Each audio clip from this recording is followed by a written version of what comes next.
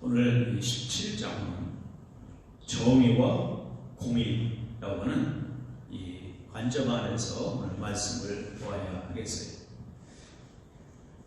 왜 정의 그러면 하나님의 입장에서라면 공의는 바로 우리들이 살아가야 할 삶의 내용이다라고 하는 것을 보면 좋겠어요. 오늘 이 성령 충만은 말씀이 가까이 들리는 것을 말해요. 성령 충만하지 않은 사람은 말씀이 귀에 가까워 들리지 않아요. 말씀이 들린다는 건 성령 충만하다. 왜? 성경의 저자가 성령의 감동으로 쓰신 바 되어 있고 하나님의 저자이시 성삼위 하나님의 저자이시기 때문에 오늘 성령의 감동으로 쓰여진 말씀이기 때문에 성령 충만해야 말씀이 내 귀에 들려진다. 가까이 들린다. 그냥 지나가는 소리가 아니라 내 마음에 내 골수와 내 모든 영혼 깊숙이 또 들려야 성령 충만한 자의 모습. 오늘 그래서 성령을 가리켜서 사도 요한은 보혜사다. 요한복음 14장 26절 16장 14절에 보혜사. 내가 가야 너희들이 유익하다. 성령, 보혜사 성령을 보내줄 거다. 그가 의에 대해서 심판에 대해서 죄에 대해서 말할 것이고 내가 한 말을 기억하고 생각나게 하리라. 오늘요 같은 말씀이 들려올 때 위로와 격려의 말씀이 되기도 하고 그 하나님의 말씀이 같은 말씀이 내 안에 들어올 때 찔리기도 하고 책망이 임합니다. 책망과 훈계. 모든 성경 하나님의 감동으로 된 것으로 교훈과 책망과 바르게 함과 의로 교육하기에 유익하니 이는 하나님의 사람 온전케 하고 모든 선한 일을 행하게 온전케 하게 합니다. 디모데 후서 3장 16, 17절에서 우리에게 분명하게 말씀하고 있는 것을 우리는 보아야겠죠. 우리는 과거의 은혜로 출발해서 사실은 미래의 은혜로 마칠 때까지 항상 현재 시점, 모든이라고 하는 이 시점 안에서 어떻게 말씀에 반응할 것인가? 그 말씀, 규례와 법도 즉 십계명, 바로 하나님의 의도, 하나님의 뜻, 그것이 어떻게 오늘 이 땅에서 우리가 살아져야 하는가, 살아내야 하는가, 하나님의 정의로움이 우리의 모든 삶 속의 공의로 우리가 살아가고 있는가라는 것을 보아야죠. 쉽게 말하면 알면서 살다. 그게 되면 하나님의 의도. 그래서 오늘 말씀 신명기에서 반복하고 있는 것은 바로 신신당부. 왜? 그렇게 살아가지 못하니까 이렇게 살아라, 이렇게 해야 된다, 이렇게 이 길을 가야 된다 계속해서 말씀하고 계신 거예요. 오늘 근데 신명기를 보면 참 때로 힘들고 어렵게 느껴질 수 있고요. 항상 손해보는 장사와 같을 수가 있어요. 손해보면서 산다, 꼭 그렇게 살아야 하는가? 라고 하는 그런 의문을 갖게 되는데 손해보며 살지만 결국 하나님이 지켜주신다. 하나님이 공의의 복을 허락하여 주신다. 왜요? 우리는 제사장 나라이기 때문에, 왕같은 제사장이기 때문에, 즉 하나님, 그 하나님이 바로 우리들에게 주신 그 말씀 속에서 열방 백성에게 선포될 수 있다. 하나님 주신 말씀이 오늘 나를 통해서 이 열방에 선포될 수 있도록 해서 일단 우리가 이렇게 손해보는 것 같지만 결국 하나님께서 채우시는 공의의 복을 주신다는 것을 기억하고, 그러게 우리는 더 하나님께 기도해야 돼요. 하나님 많은 것도 주시고 복받게 하시고 그리고 흘러가게 하옵소서. 이것이 오늘 하나님이 의도하신 말씀인 것을 우리 기억해 봐야 합니다. 내게 주신 평안이, 내게 주신 샬롬이 오늘 나만이 아니라 우리가 되어야 합니다. 공동체에게 흘러가야 한다는 것을 기억. 우리는 오직 나만의 신앙을 가지고 있는데 그렇게 돼서는 안 된다. 그런 의도 안에서 주시고자 하는 법이 17장에 나오고 있는 것을 보게 됩니다. 우리가요, 내가 하나 더 먹으면 하나님이 오늘 내게서 하나를 가하시다.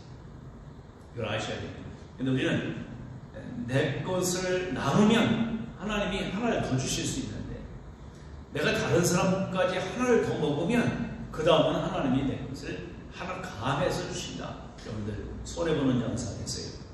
여러분, 우리가 이런 것을 보면서 나만이 아니라 모두의 안식이, 나만의 샬롬이 아니라 모두의 샬롬이 될 수 있도록, 그것이 하나님의 도구, 형통함을 이루어가는 것, 하나님의 뜻을 이룬다는 것을 보여주고 있습니다.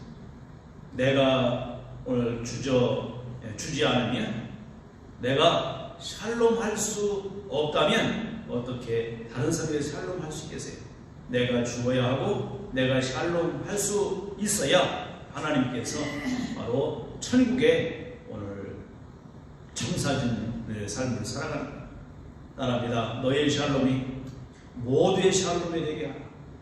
너의 복이 다른 사람의 복이 되게 하라. 그래서 오늘 하나님께서 아브라함을 부르시는 이유가 뭐예요? 너로 열국이 복을 받게 할 것이다. 너를 축복하는 에게는 내가 축복하고 너를 저주하는 에게는 저주할 것이다. 하나님이 책임져 주신다 라는 것을 말씀하고 있어요.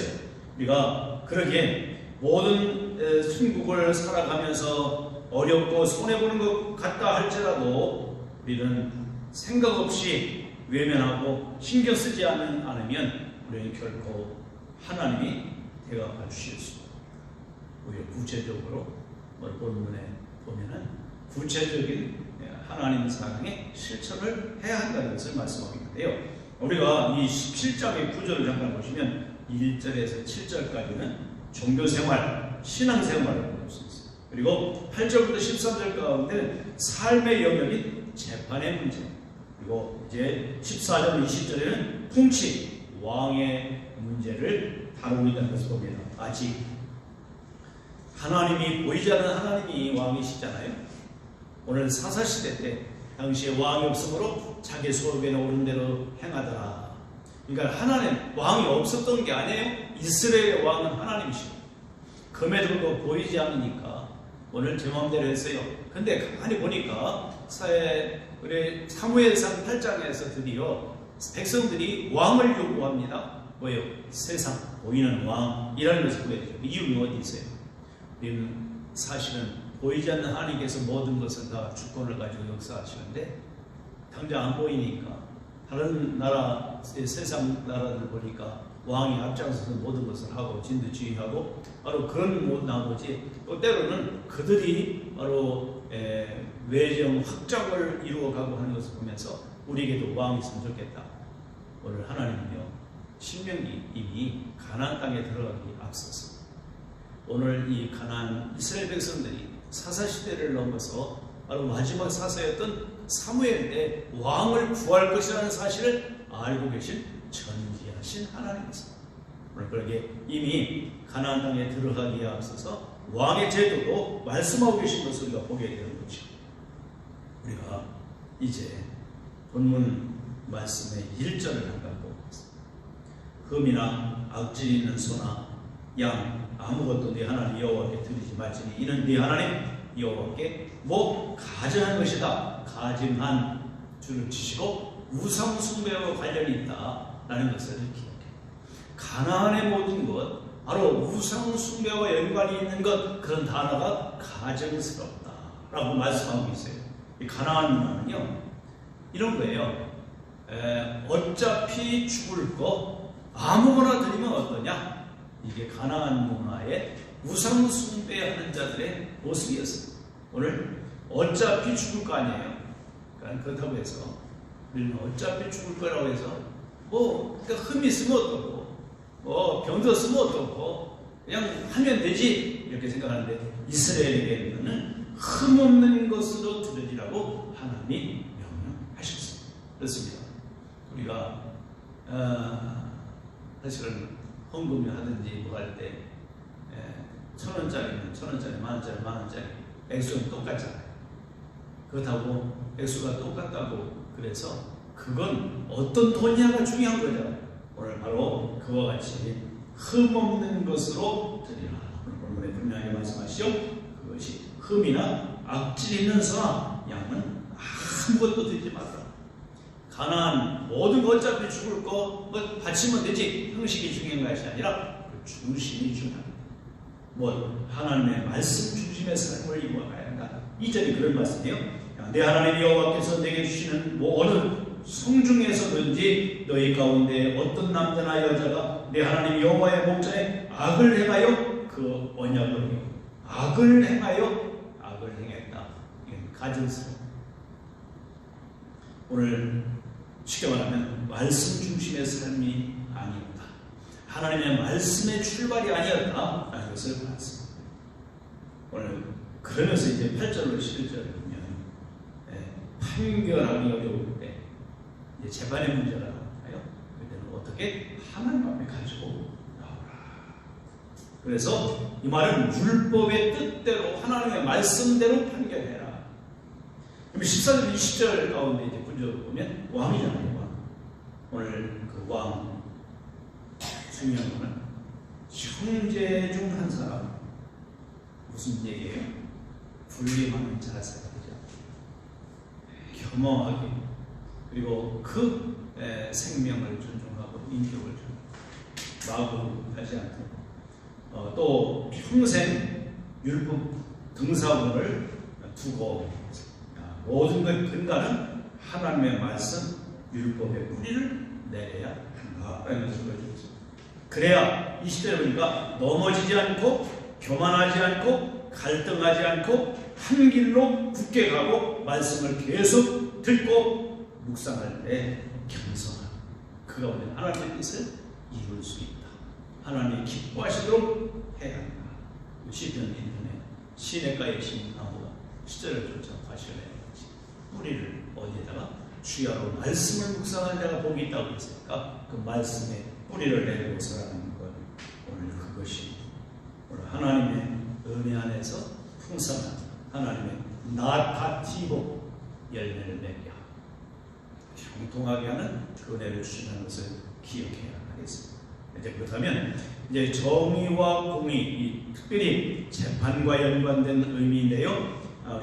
크게 보다 보면 사실 1절만 빼놓고 2절부터 13절까지가 재판에 관련됩니다. 그리고 14절, 20절이 왕에 대한 관련됩니다.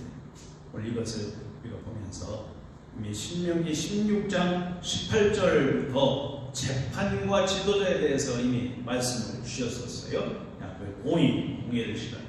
그래서 굳게 하지 말아라, 외모로 보지 말아라, 뇌물을 받지 말아라. 어제 말씀을 드렸던 그 부분부터 사실 16장 18절 이하부터 오늘 17장 1절로 이어진다는 것을 우리가 보여주고 있습니다.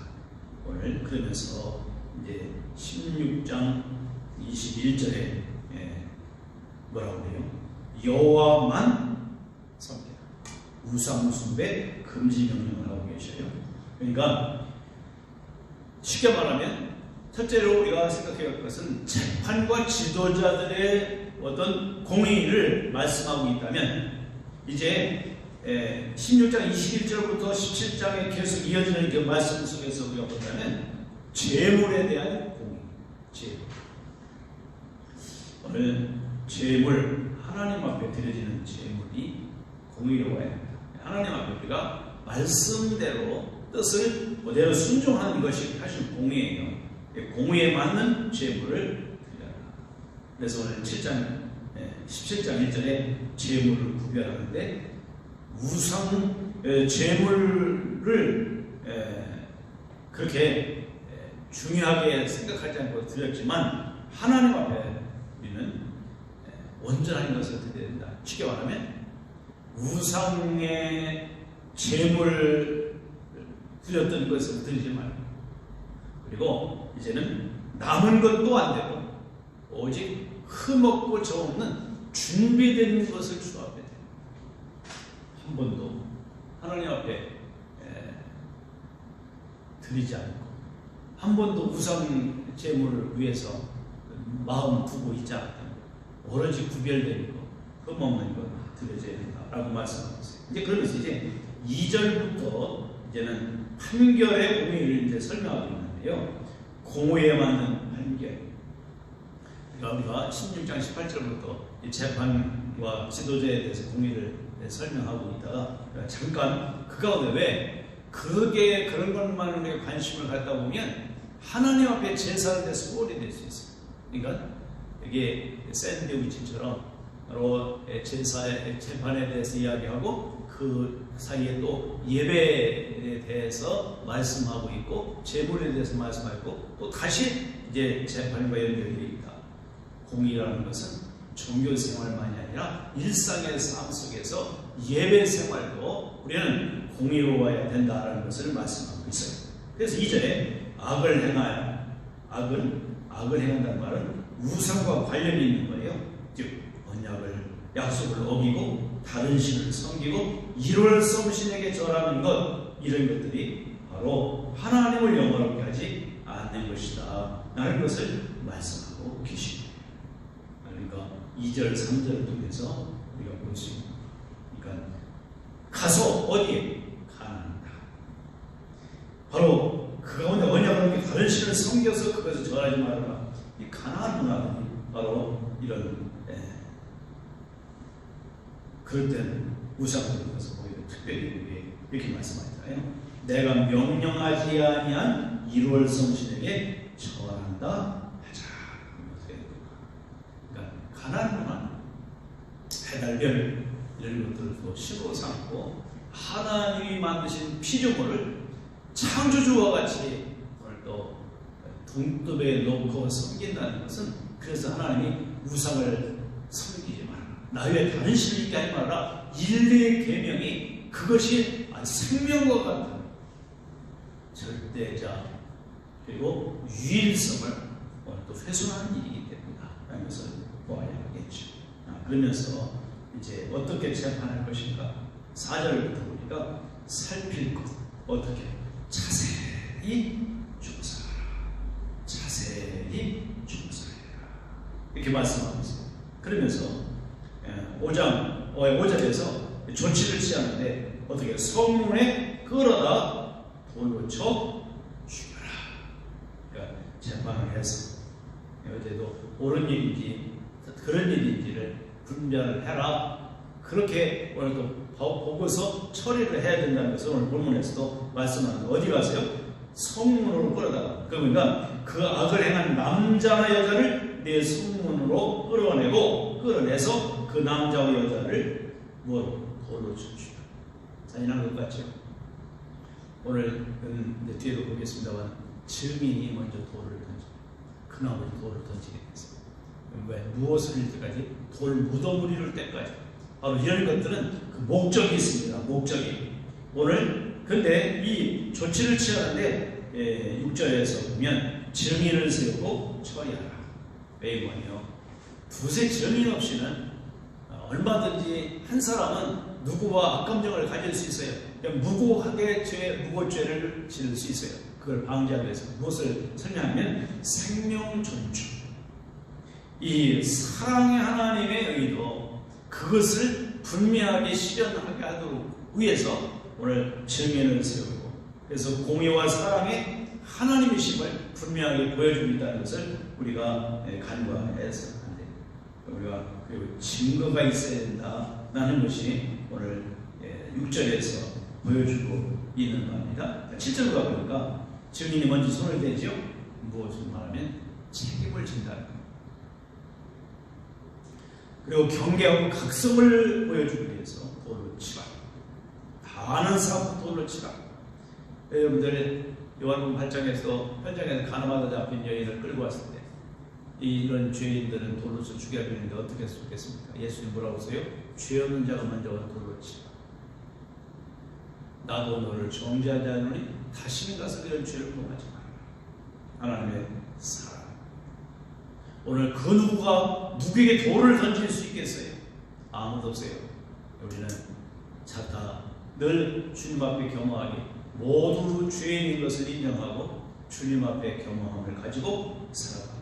그래서 생명을 존중하고 인격을 존중하고 그래 하나님의 사랑을 오늘도 실현할 수 있는 그런 우리의 신앙이 되어야 한다.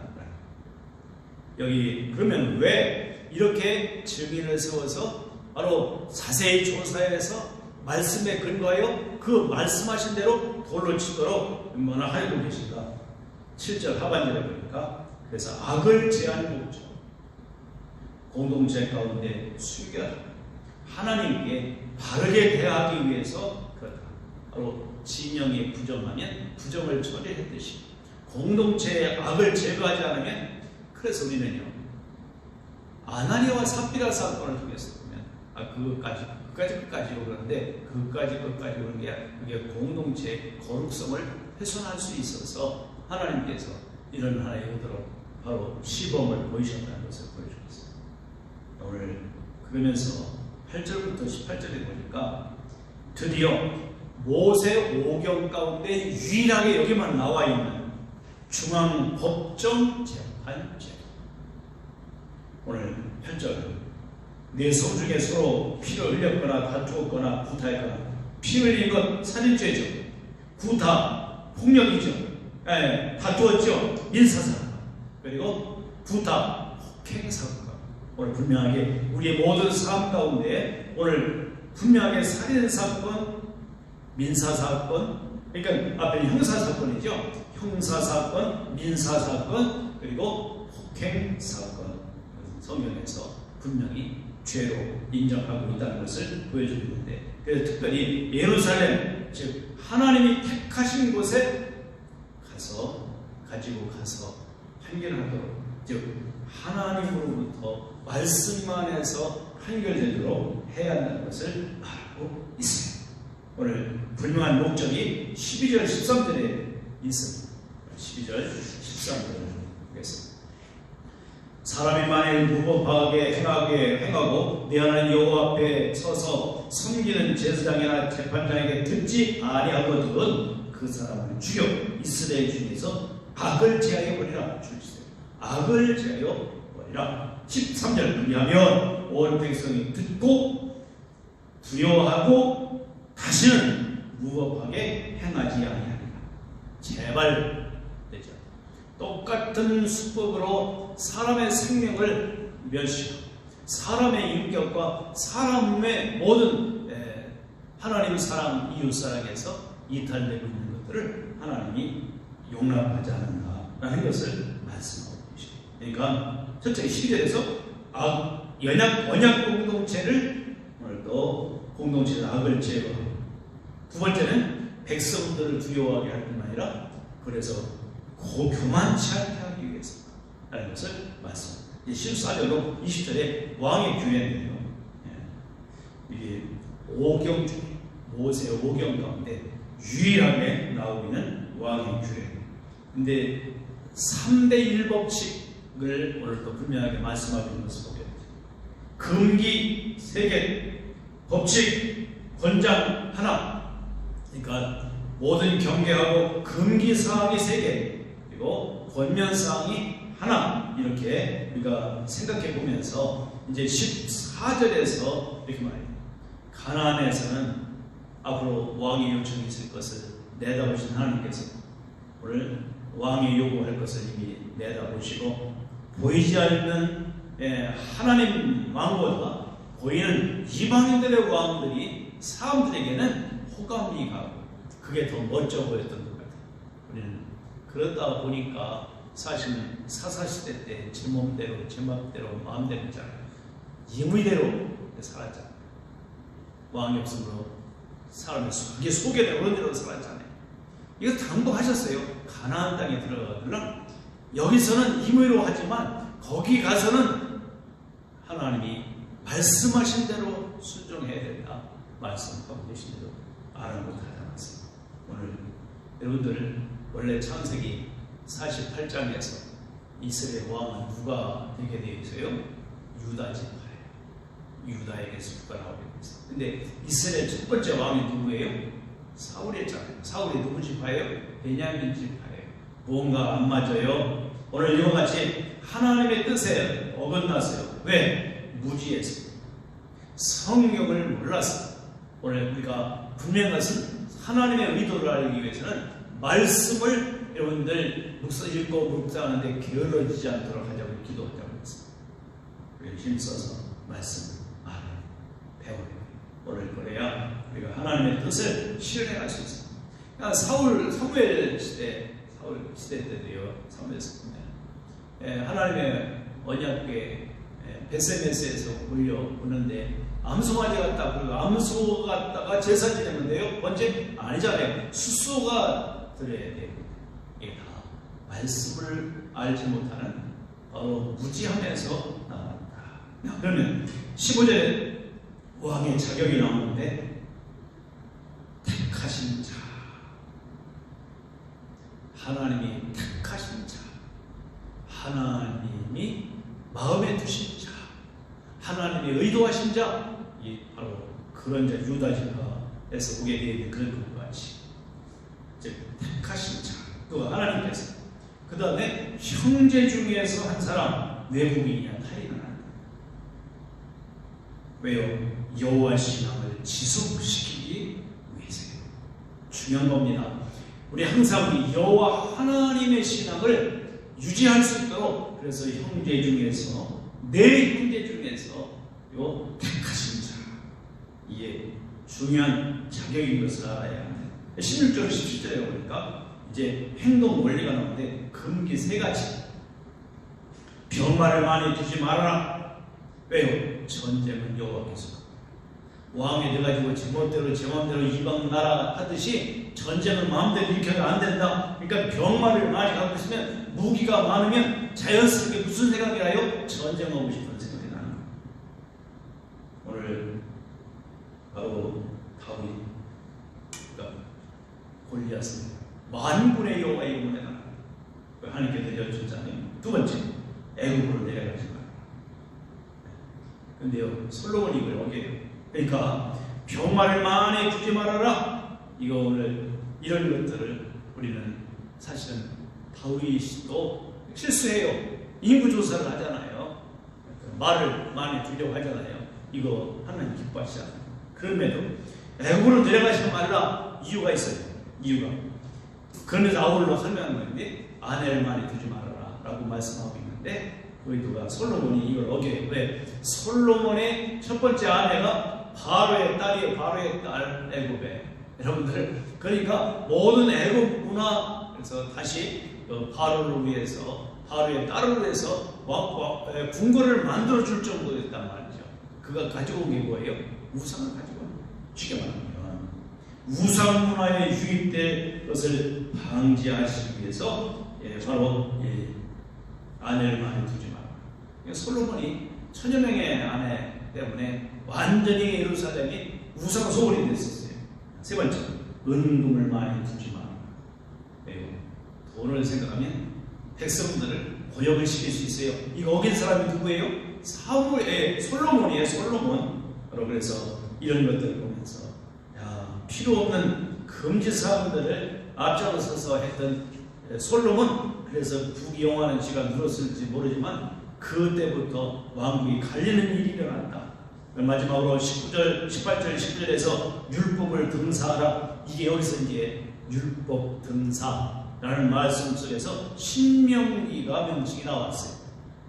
그래서 평생 곁에 두고 배워서 규례를 지키게 하라. 오늘 이런 이유가 결론적으로 한 20절에 그럽니다. 형제 위에 교만하지 마라.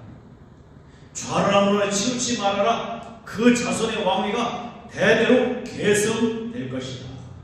이게 사무엘하 10장 13절에 다윗과 맺은 하나님의 언약의 압축이기도 해요. 하나님의 말씀 안에 머물라. 말씀의 마음에 머물게 하라. 여호와를 경외하게 될 것이다. 왕같은 제사장으로서 이 시간 12 제자들로서 우리가 그 세워가는 일들을 위해서 사역을 준비하는데 다름이 있지 않습니다. 오늘 왕같은 제사장을 세우는 것 같이 이 왕의 제도를 잘 적용하시고 이 17장적인 삶을 살아가야 왕같은 제사장으로 살아가고 12 제자를 세우는 그런 근간이 된다라는 것을 보면서 주님 다시 오실 때까지 말씀을 사랑하고 가까이 순종하고 존귀와 약에 쓰임받고 주의 뜻을 이루고 하나님 나라를 위한 중요한 존재 요원들이